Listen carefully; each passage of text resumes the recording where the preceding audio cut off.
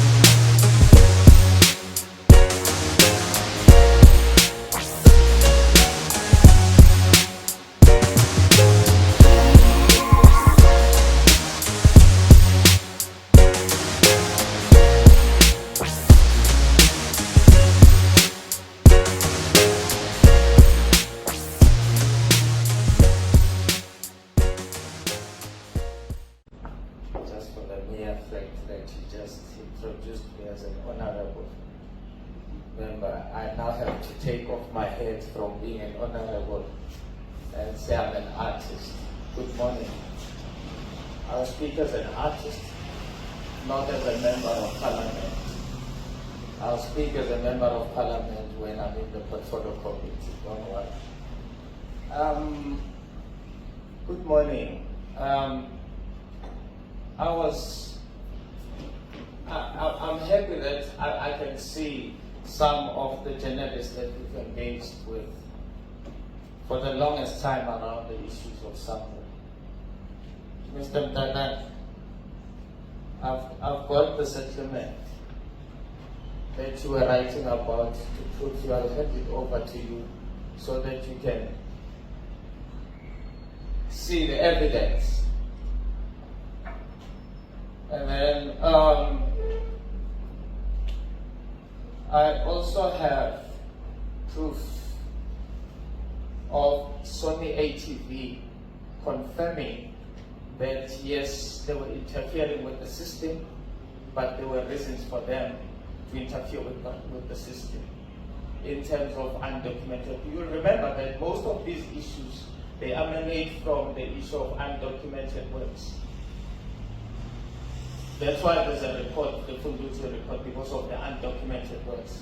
I've got an email that shows that they were confirming that they did so, notifying not once, twice, thrice, multiple times, songs that were already notified in 1998, but they were still notifying in 2020, 2021, 2022, 2023. And that deliberately done in order to create confusion around the identification of works. Now, SAMRO has got a system that allows one to say, this is a song done by me, and here are the composers, co-composers, and the split is so. Now, that system, it used to be manually done. We used to fill up the forms and notify. Before you release an album, Artemis would be able to tell you, to confirm. Before you could release an album, you had to sign what they call the deed of assignment, okay? Which was saying, I am notifying SAMRO that this is my song, and these are the co-composers, and this is the split. Now, when you submit that, you then get what they call the work number. The work number is equivalent to an engine number of a car or a chase number of a car to identify that this car belongs to this particular, or this engine belongs to this particular car, and this car belongs to this particular person. Now, the re-notification, they then create this confusion. You end up with work numbers, different work numbers of the same work. Let me explain, simplify it. You have Mahasman notified in 1998. And then the re-notification until 2023, they've created 98 Mahasman in the system of SAMRO, which then creates this confusion that says we do not know who to pay the monies that we are receiving on behalf of Makasmani, because there are 98 Makasmani with different work numbers, meaning it's one car with 98 imotes pindiwe zabo. Okay, it's a duplicate of it. Now with that duplicate, then the money, when it comes to SAMRO, it gets put in a suspense account because they pretend not to know who the owners of the songs are. As they duplicate, as they re-notify, they also introduce other composers without verifying with the original composer whether do you accept that this person was left by mistake or this person did co-compose the song with. Others are returning from the graves to notify dead people who have come back to re-notify songs to say that they have co-composed after they died. So that's how the system is so corrupt. And instead of SAMRO concerned about improving the administration, because that's the core duty of SAMRO, it is to administer. Nothing else, it is to administer. That's why they collect and they must distribute to the last cent and only take not more than 20% of their administration cost. But it has been proven, there's a copyright report which showed that they were taking more than 30%. Okay. Second, apart from the monies that they take and invest when they are not an investment company, collective society, they must collect and distribute to the last cent and only retain not more than 20%.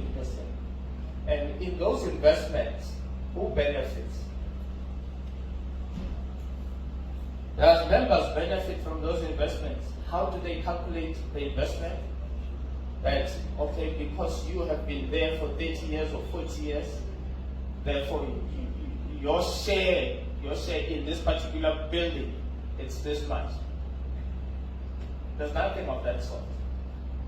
So, you will remember that I changed myself at SAMRO.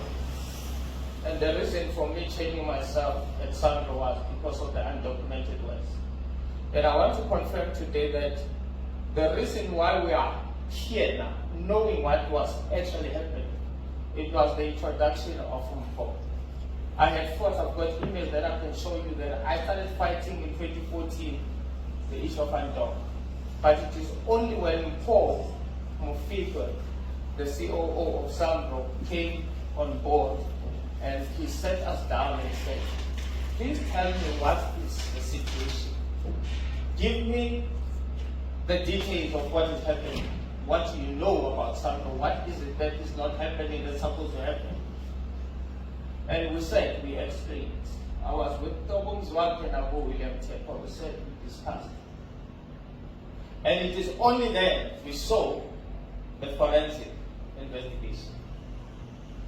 It is only then we then got to know that indeed, I even did the interview with the Fundusi investigators about the same issue. So I know where this forensic report comes from.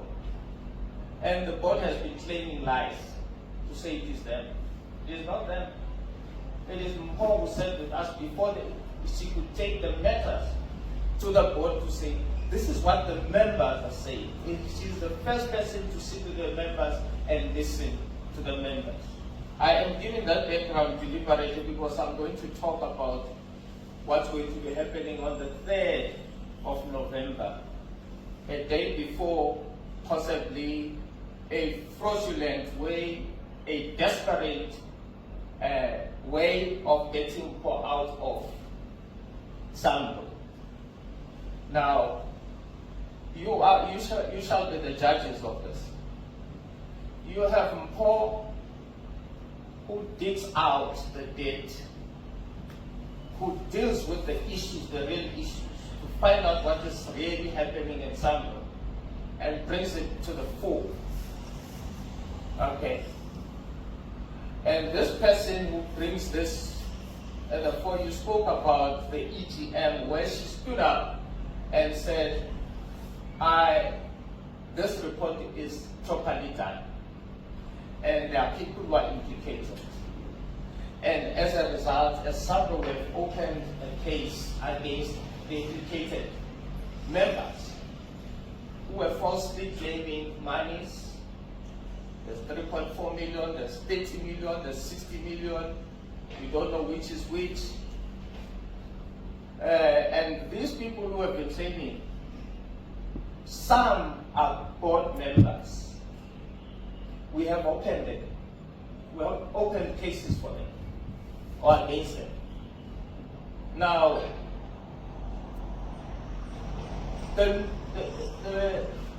normally acceptable conduct by any business, when you have somebody who's implicated and is being investigated, you would put that person on suspension so that they don't interfere with the investigation. That's a normal conduct or normal practice.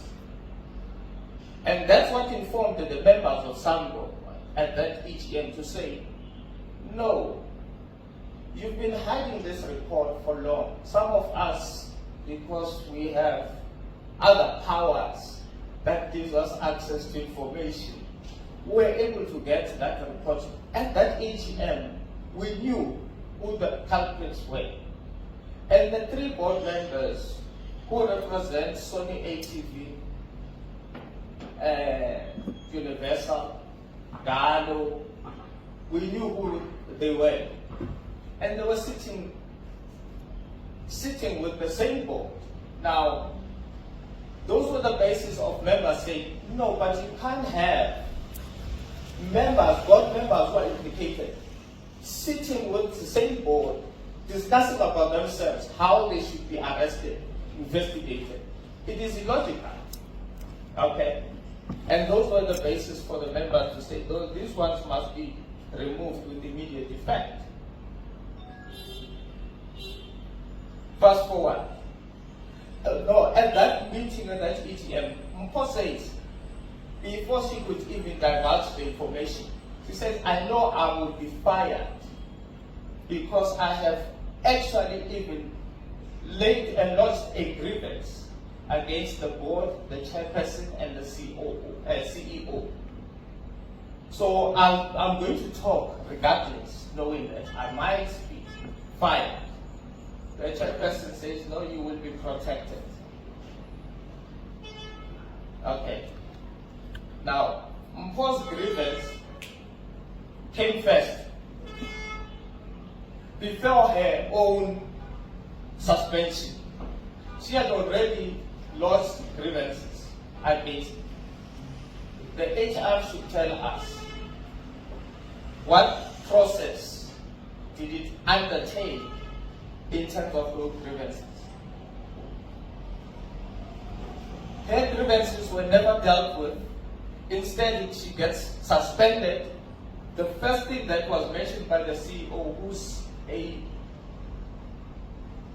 pathological liar,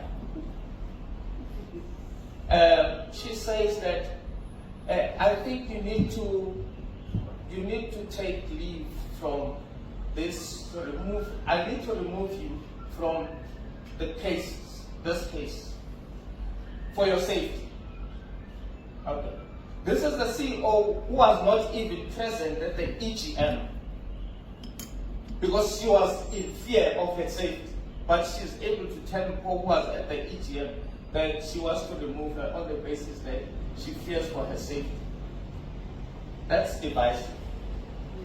The second issue, she further goes on charging Mpho without going through them herself and the chairperson who's implicated, without them going through a disciplinary hearing, but they put Mpho for a disciplinary hearing. So I'm bringing these deliberately so that you see that it is very divisive. Whatever that they are doing is divisive. There's something that they want to hide. So her suspension for us is, we regard it as illegal. It is a desperate measure to hide certain things. One of the things that we got to understand and got to allegedly know that one of the people who were implicated, David Alexander of Shame Music, was even assisted by SAMRO. Regardless of the case that SAMRO has opened against him, was assisted by SAMRO to escape the country, to go to the United States. And one of the things that we are going to do is to investigate whether the letter that recommended the assistance for him to be given that visa was written on behalf of SAMRO or by an individual from the board. It's one of the investigations that we are going to do. Because it's how would you open a case against somebody and then you assist somebody to escape? You're assisting a fugitive to escape. This is the person that you are going to need in order to come and testify, but you have assisted him to escape. So you see that there's no willingness to pursue the matter of this particular case. It's not the first issue. The 48 million that went to buy, also it's the same thing. It just disappeared into thin air because the board was involved. So it is a continuation of the same similar situation, modus operandi. They opened cases deliberately. The first one, the 48 million, divisively they threw the CEO under the bus alone, which was illogical because the CEO couldn't have taken 48 million out of SAMRO single-handedly. Where's the CFO? Where was the board that took the decision? And the board said, no, we didn't know anything about 48 million, if you remember. Until we showed them a picture of them sitting with the guys from Dubai in their own boardroom to say, you are lying. So it's a common nature, it's a common modus operandi of SAMRO to lie. Now on the 3rd, we shall be delivering our demands to SAMRO that has failed to respond when we write decently to them. On emails, we've got emails to prove. Just like I had emails when I sat there and changed myself, I said I was tired of writing emails, of communicating decently. They couldn't respond. The only time they could respond to me is when I changed myself and stayed there for 3 days without food. So it shows that they need some action before they ready. So we are going to be picketing, and our demands for that particular day are around the CEO will be sitting for the hearing, which might be the final sitting of the only 2 sittings that she has attended. She might be fired. On the 4th, she might be fired.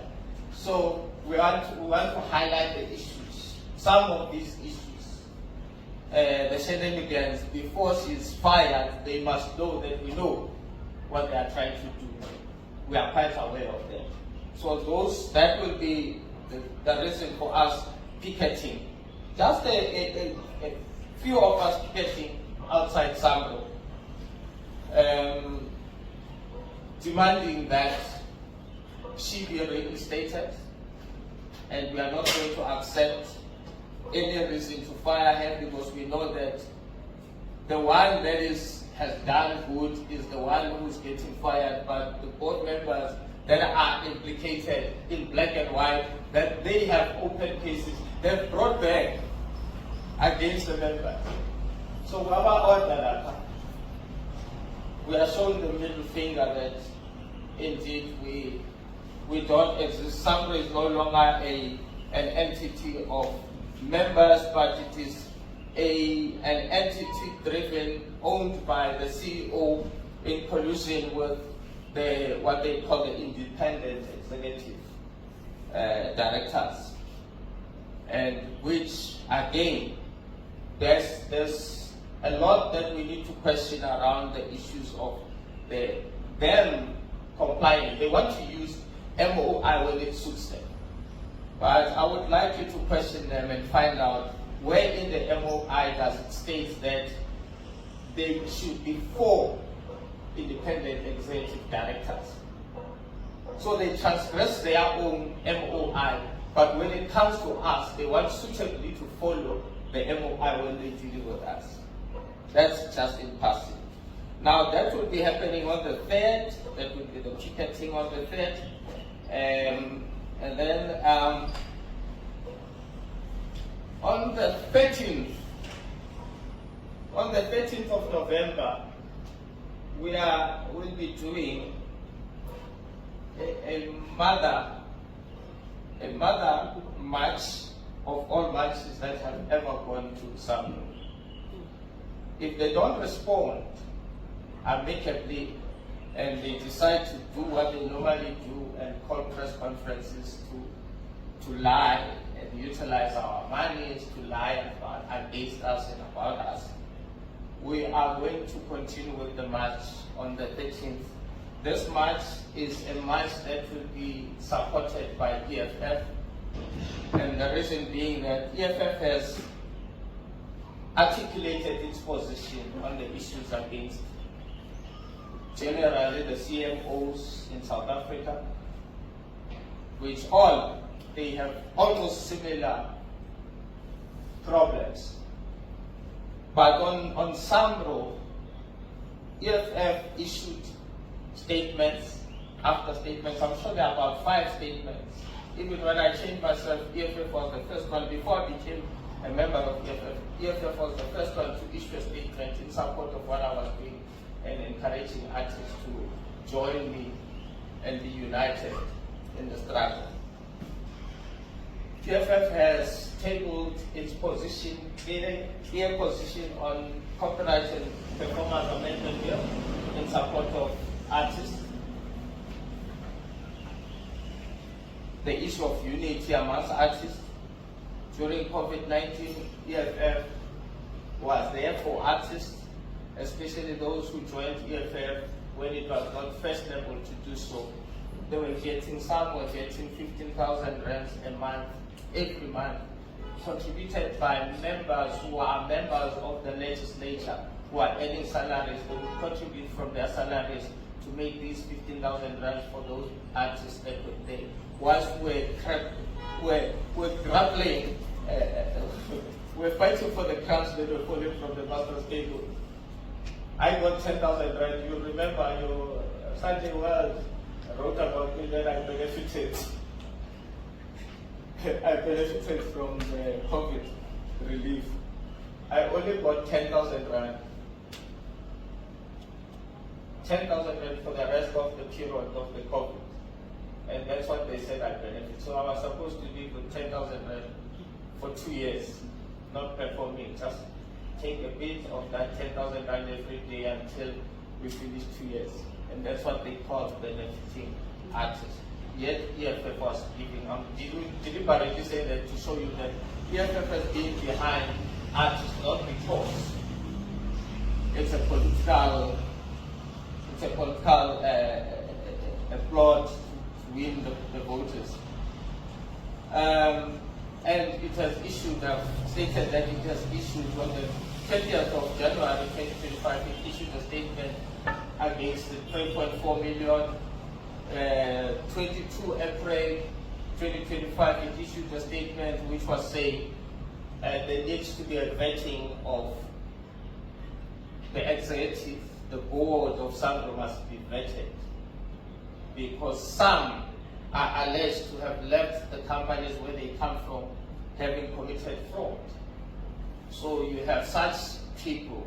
You saw even about Dr. Vilagaz. The process of getting a board member into a board in SAMRO, there's a screening process that must follow. But we have somebody with a very cloud, who has a cloud over her head, and openly, publicly known, yet she becomes a board member. So, and then therefore on those bases, EFF has said, we can't be a political party of media statements. We have declared openly that this year is our year of picketing.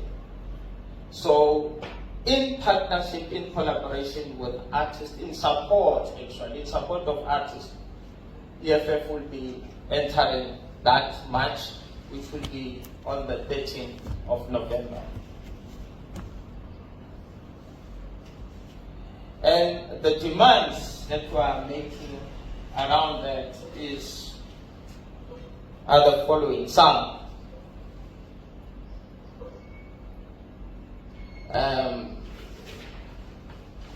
Sorry.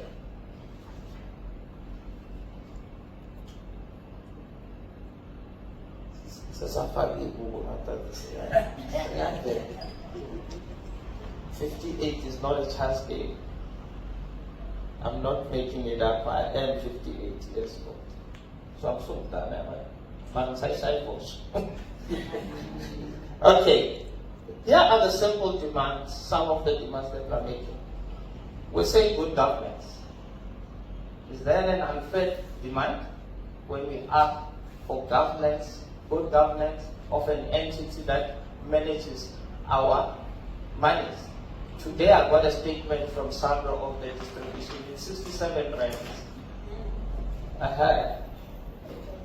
Yeah, I'm not joking. I've got it. I'll share it. I always share these things. The second demand is accountability and transparency.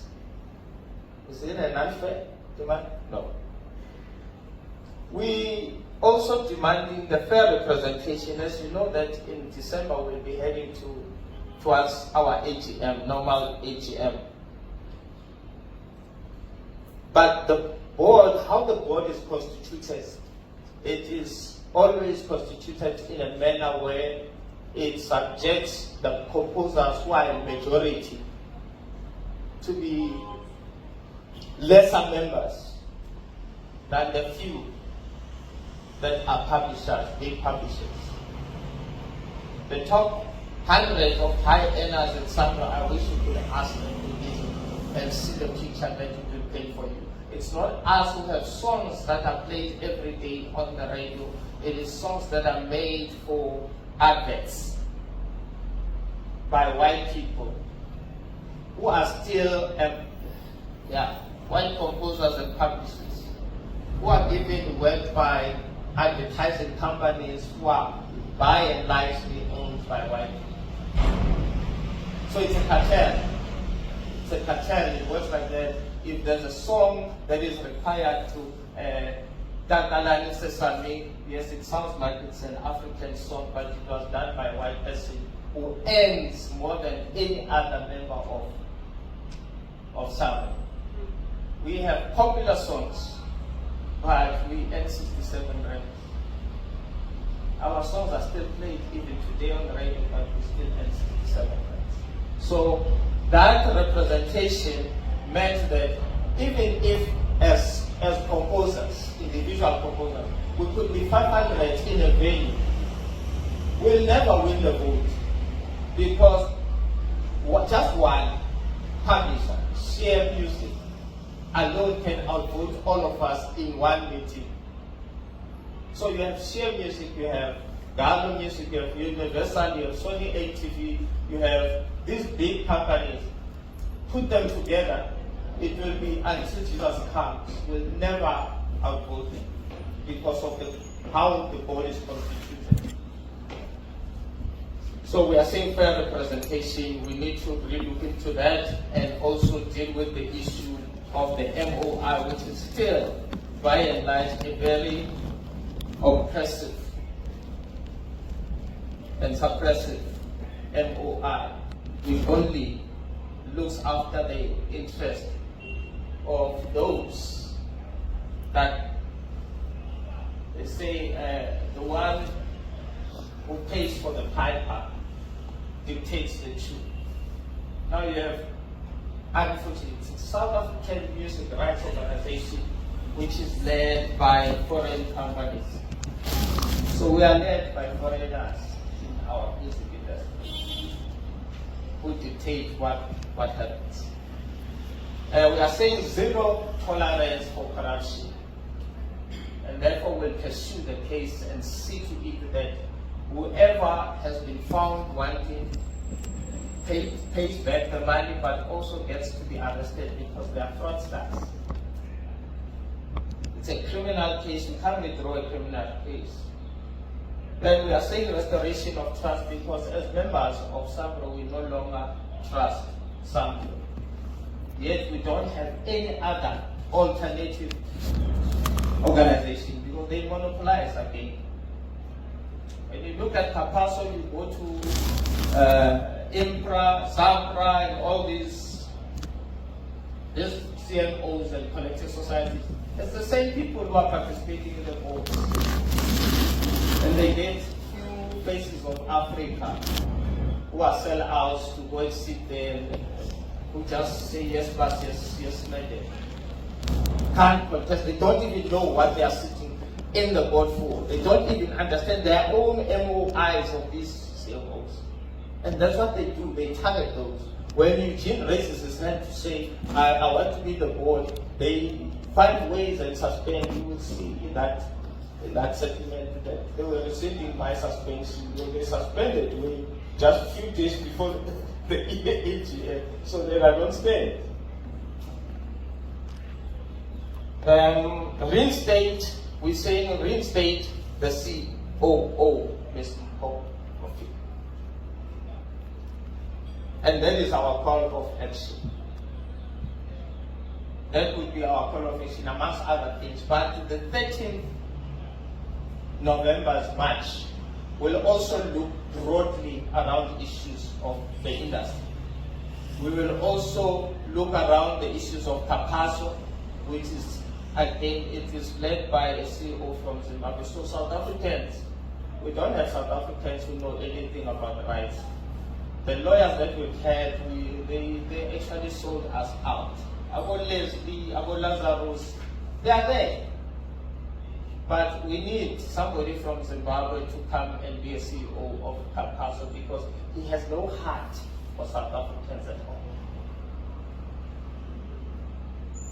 Sipho Dlamini from Zimbabwe, the same thing. CEO of SAMRO, former CEO from Zimbabwe.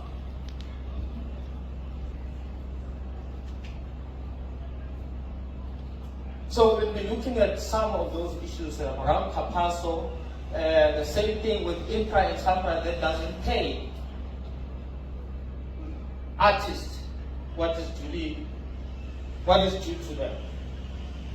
Little Time is meant for, it was meant to introduce a royalty for backing singers, backup session musicians. Till today, they haven't. And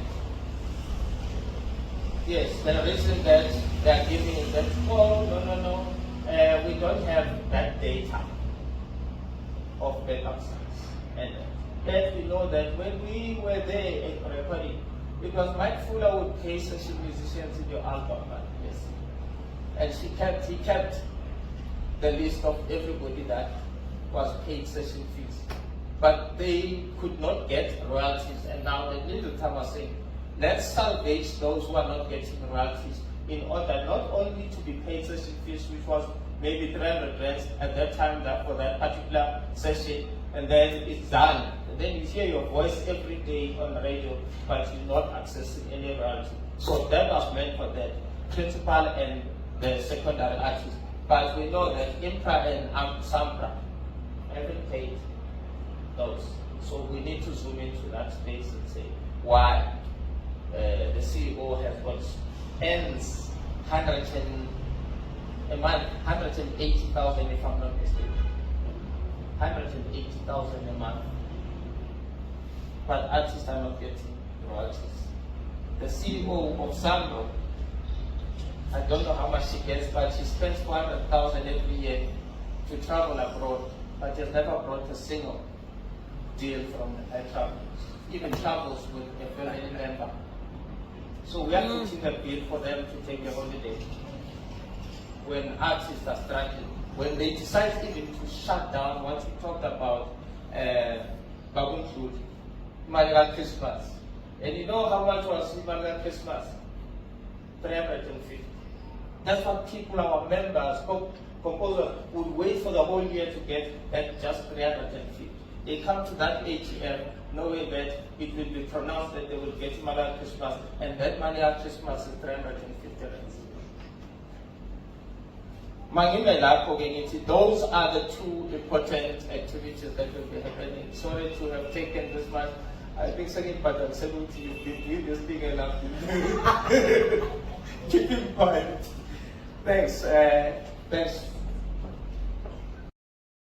Life of an artist, bad shot spices, at glorifying drugs as a stage fright cure. You can try this just when you're about to grab your chance of staging. Excitement, you can't think out this industry, or should I say this killer dream, cause you will swear that from the start it was designed to kill artists. Bangakulela when days are bright, as a human being on Instagram, too much pressure, unrealistic expectations. Whoever said that is the perfect is with us, wethembekile, singiza wethembekile, remedies within us as ikhwemba sibhebhekile.